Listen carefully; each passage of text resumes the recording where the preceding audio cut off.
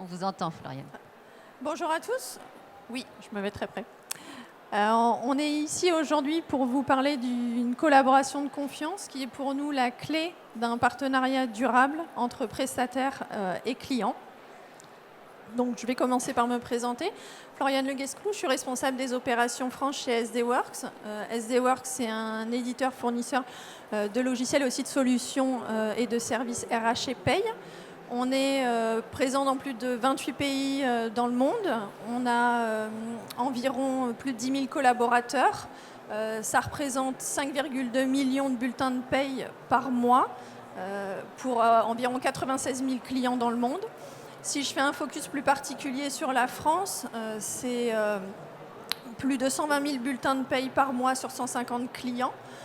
C'est également une équipe de plus de 120 gestionnaires de paye qui sont là pour servir nos clients au quotidien. Mon rôle dans ce projet, ça a été d'être là pour entourer, manager, accompagner mon équipe de gestionnaires de paye qui allait faire le démarrage de ce client, mais également de faire le lien, la coordination avec les services projets, implémentation et les divers services de l'entreprise. Je vais laisser Sambo se présenter. Donc bonjour, Sambo Soyer, je suis responsable paye au sein du groupe Erta depuis un peu plus de 2 ans. J'ai un peu plus de 15 ans d'expérience dans la partie paye et j'ai principalement travaillé dans des grands groupes spécialisés dans la métallurgie avec un peu plus de 10 000 collaborateurs. Donc voilà. Alors je vais vous présenter un petit peu la... Erta Erta. Qu'est-ce que c'est qu'Erta ?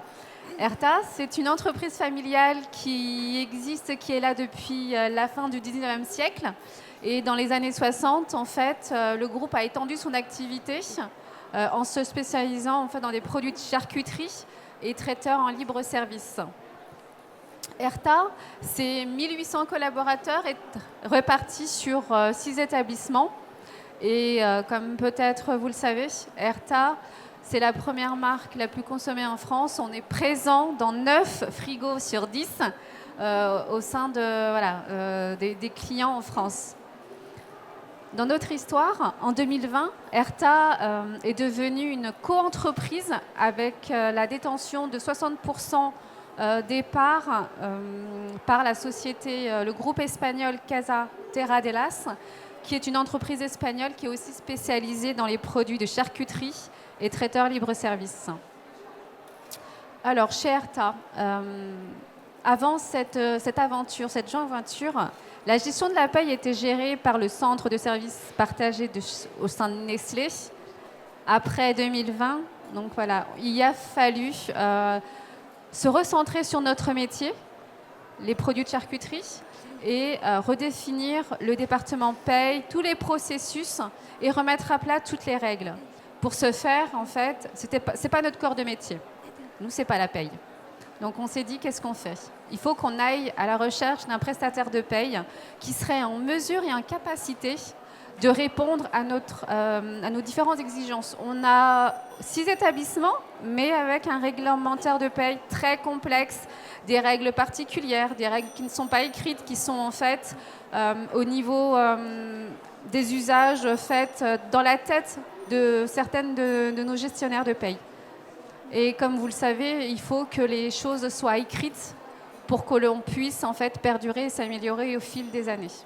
Donc on a commencé notre collaboration, notre aventure a commencé avec SD Works depuis novembre à septembre 2021. Alors oui, ça c'était le démarrage du projet pour un go live en novembre 2022. Sambo, est-ce que tu peux nous expliquer un petit peu maintenant quels ont été les objectifs, les grands défis qu'il a fallu que tu relèves dans ce projet ? Alors, quand j'ai commencé à intégrer le groupe, il n'y avait pas la stabilité de la paye. Vous savez, vous connaissez tout ça, je pense à un moment donné, on peut être confronté à avoir des payes pas correctes, des collaborateurs qui ont perdu confiance en votre service. Vous vous dites, comment je vais faire ? Pour ce faire, vous ne pouvez pas mener ce combat tout seul.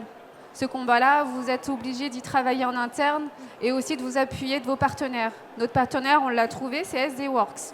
On leur a présenté tout notre réglementaire et ça nous a aussi permis, avec ce réglementaire-là, de voir les points qui n'y allaient pas de se dire on manque de compétences en interne, on a besoin de support, on a besoin de conseils, on a besoin aussi de regagner la confiance de nos équipes.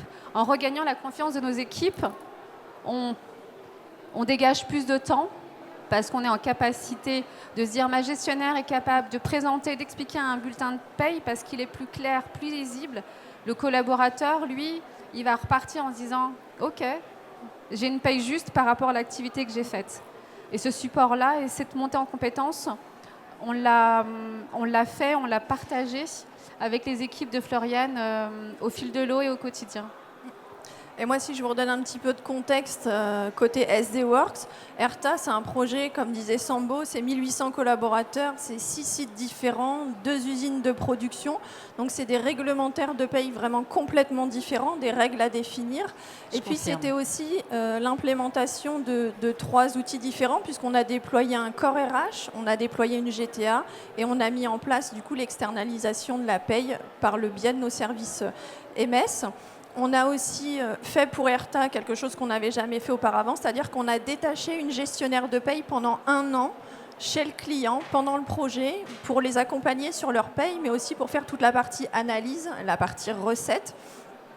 Et ce qui nous a généré quelques difficultés de notre côté, et c'est là où on a été totalement transparent aussi avec ERTA, puisque cette collaboratrice qui était complètement intégrée à l'entreprise, en fait, a vraiment pris part à la gestion côté client et du coup avait perdu ce recul nécessaire à sa qualité de prestataire qu'elle n'avait plus désormais. Et puis, les autres difficultés dont on a dû relever le défi, ça a été que pendant tout ce projet chez ERTA, il y a quand même eu 3 DRH différents sur cette partie projet. Donc, première difficulté. Hop. Non, je pense que ça se coupe au bout d'un moment. Oui, voilà. Voilà. Pardon. C'est la mise en veille, je pense. Ouais, c'est ça. Bon, je suis arrivée au bout, mais ça marche là, mais ça marche pas là. Pardon. Donc, je reprends, pardon. 3 DRH différents, mais aussi, surtout, on a eu le départ de l'expert paye qui avait accompagné notre collaboratrice et fait toute l'analyse et le démarrage du projet 1 mois après le go live. Donc, on s'est retrouvés avec, pendant une période de 6 mois post-go live, comme on dit, avec plus de pilotes dans l'avion pour ce démarrage. Ça a été, côté SD Works, notre plus grand enjeu d'arriver à continuer à garder le lien dans toute cette périodicité difficile. Comme le souligne Floriane, excuse-moi. Le démarrage a été un petit peu houleux, entre guillemets, parce qu'on a eu le départ de notre experte paye 1 mois après le go live. Donc, ce qui fait qu'au sein des équipes, vous avez une perte de confiance, vous n'avez plus d'accompagnement. D'où, en fait, ma présence aujourd'hui. Donc, je suis arrivée. On avait besoin de redéfinir la fonction et l'image du département paye. Quelle est ma place ? Qu'est-ce que je dois faire ? Et comment je communique avec le prestataire de paye ? Comment je communique avec mon collaborateur ? C'est pour ça que, justement, à ma prise de poste, on a organisé plusieurs réunions de cadrage avec Floriane et ses équipes pour redéfinir les responsabilités et les rôles de chacun par rapport, qu'est-ce que SD Works fait, où est-ce que SD Works peut m'amener, qu'est-ce que je dois faire, moi, client, en interne chez ERTA pour que mes gestionnaires, mes salariés retrouvent à nouveau cette confiance et soient à nouveau en capacité de produire un travail et une paye au plus juste. Tout ça parce que cette dégradation qu'on a connue avant font que vous avez un climat social, des élus qui sont mécontents parce qu'on a une remontée de beaucoup de nos collaborateurs. Donc moi aussi, je suis là aujourd'hui pour vous dire que on a un meilleur climat social au sein d'ERTA. Le dialogue est de nouveau possible et fluide et qu'on est aujourd'hui plutôt dans une discussion, dans une démarche de grandir et d'amélioration et non pas de conflit. Voilà, tout ça, c'est un petit peu les étapes clés, les défis relevés dans ce contexte de démarrage projet. On a aussi, nous, côté SDWorks, apporté notre aide et nos solutions durant ce projet. On a par exemple mis en place ce qu'on appelle chez nous un draft GTA, mais c'est pour dire un jeu de bulletins à blanc qu'on a créé, on va dire, spécialement pour ERTA, pour les accompagner, puisque les équipes de Sambo, à ce moment-là, elles parlent de monter en compétence de son équipe, et c'est tout à fait ça, n'étaient pas en capacité de contrôler ces données avant de les transmettre à son prestataire. Donc on lui a proposé cette solution de pouvoir sortir des bulletins de paye totalement à blanc, sans données variables dedans, avec uniquement les données GTA, à savoir les absences intégrées, ce qui lui permettait à elle de pouvoir déployer au sein de ses équipes derrière, de mettre en place des contrôles pour pouvoir sécuriser ces données entrantes, puisqu'on sait qu'un bulletin de paye, ce n'est pas que le reflet et la valorisation de ces variables, c'est aussi et surtout la qualité de la donnée entrante en amont. Je rejoins Floriane sur ce sujet. Ce draft GTA-là, je sais que Floriane et ses équipes nous ont demandé quand est-ce qu'on le supprime.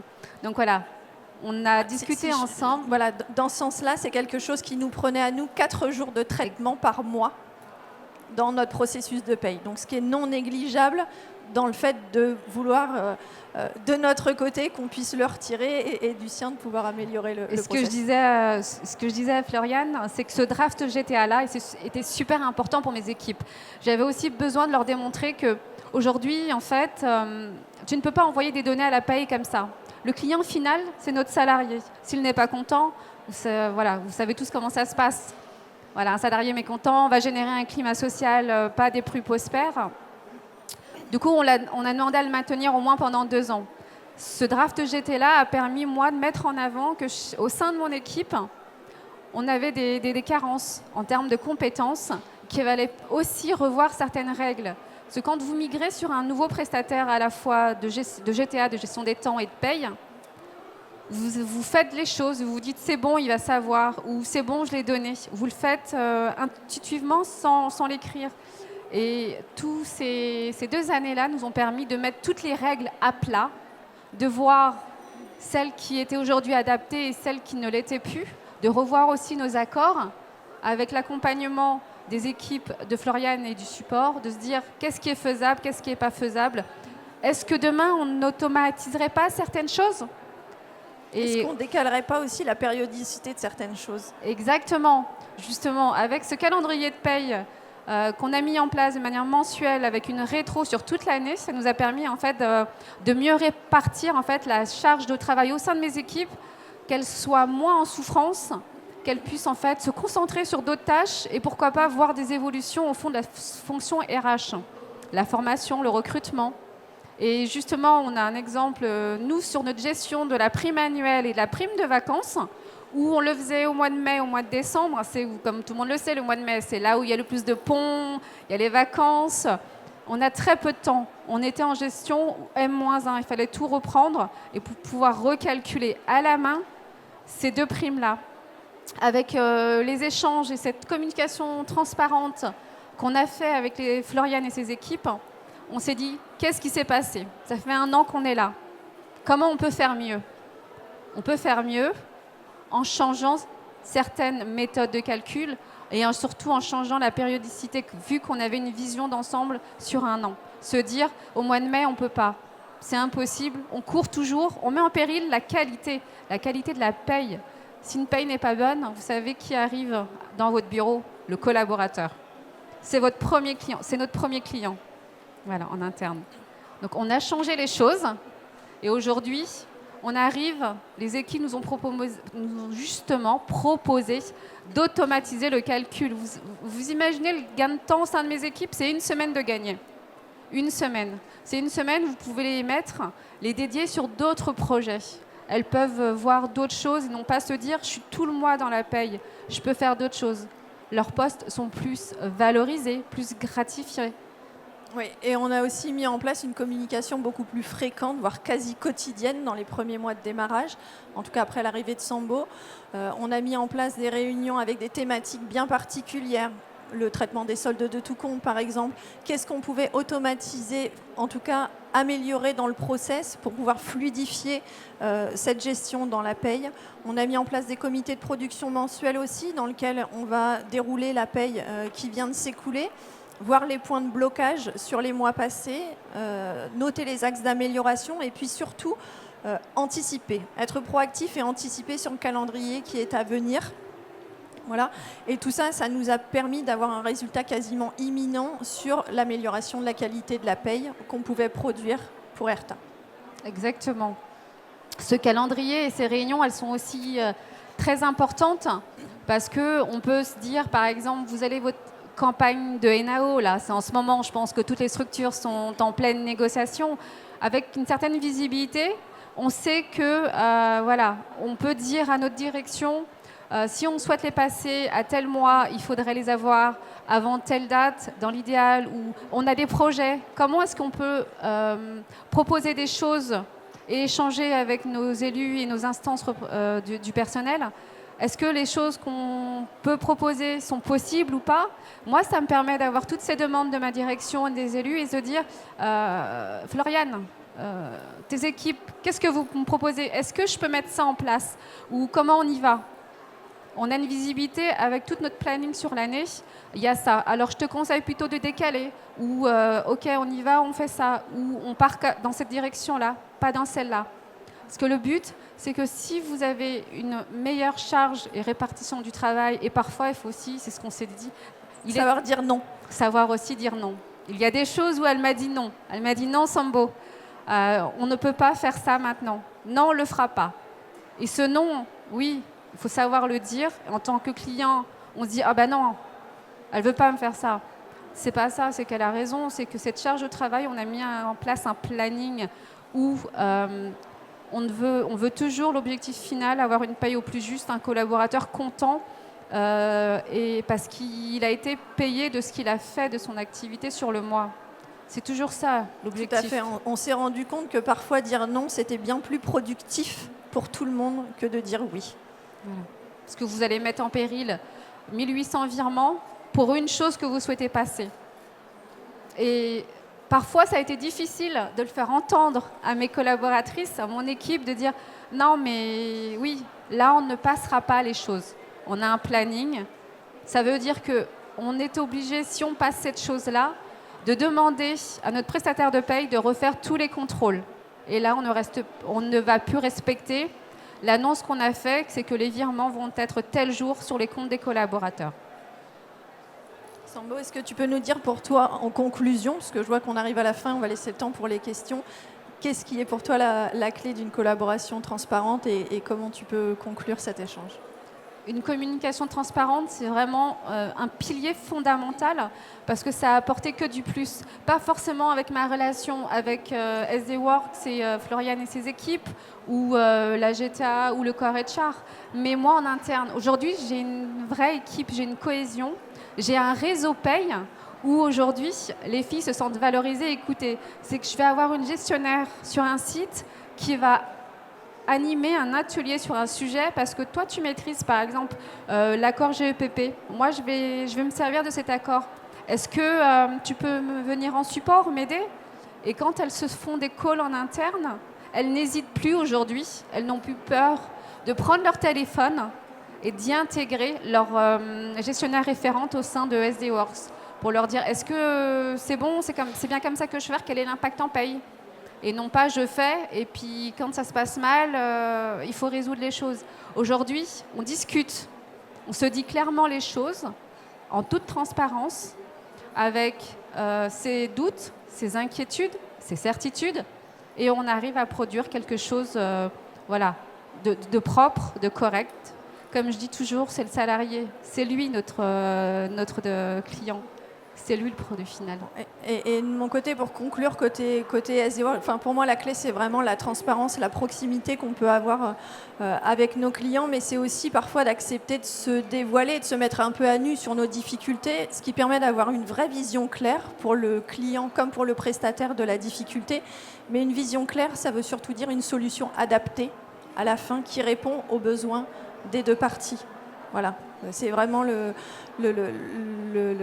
la conclusion qu'on peut faire de tout ça. Et puis, j'en profite pour remercier Sambo et ses équipes aussi, et mes gestionnaires de paye qui travaillent sur le dossier, parce que dans tout ça, ça favorise aussi le bien-être de mes propres collaborateurs qui sont contents de travailler pour un client qui est promoteur SD-Works, qui est référent, qui nous réfèrent auprès d'autres organismes dans les médias, etc. Ils se sentent reconnus, valorisés, mais ça dégage aussi des perspectives pour l'entreprise future, puisque notamment par le bon retour de Sambo auprès de sa direction, on a maintenant pu signer un contrat avec Erta en Espagne.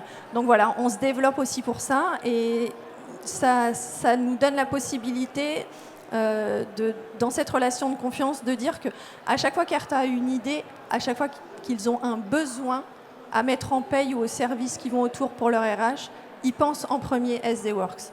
Ils nous contactent, on voit si on peut répondre à leurs besoins, si on peut faire des partenariats avec d'autres, mais en tout cas être là pour eux. Et si besoin, voilà, on signe de nouveaux contrats avec eux. Mais en tout cas, pour nous, la clé, c'est vraiment la confiance, la transparence, la proximité. Voilà. Je me souviens, c'est une anecdote, mais quand on a fait notre première réunion de cadrage avec Floriane, je lui ai dit, voilà, moi c'est de la transparence, on se dit les choses, quand ça va pas. Et quand ça va, on se le dit aussi, justement. Donc, voilà. Merci. Merci. Est-ce que vous avez des questions ?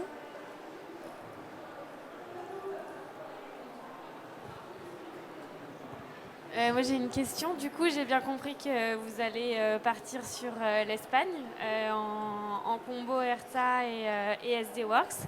Est-ce qu'en France, vous allez élargir le périmètre de collaboration au-delà de la paye ? J'ai pas tout entendu. Alors, je vais répondre.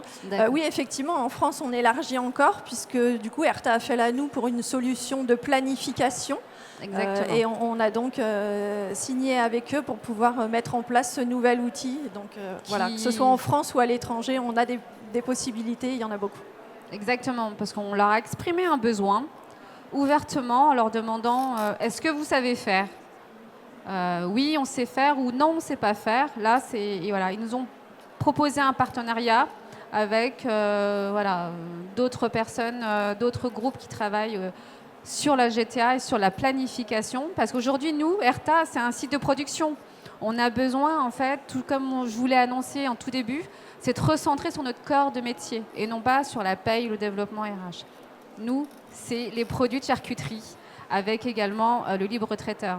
Et pour ce faire, on a besoin en fait, de laisser cette partie-là, expertise, à notre prestataire de paye, aux personnes qui sachent faire pour pouvoir en fait, développer et être plus dans le côté opérationnel.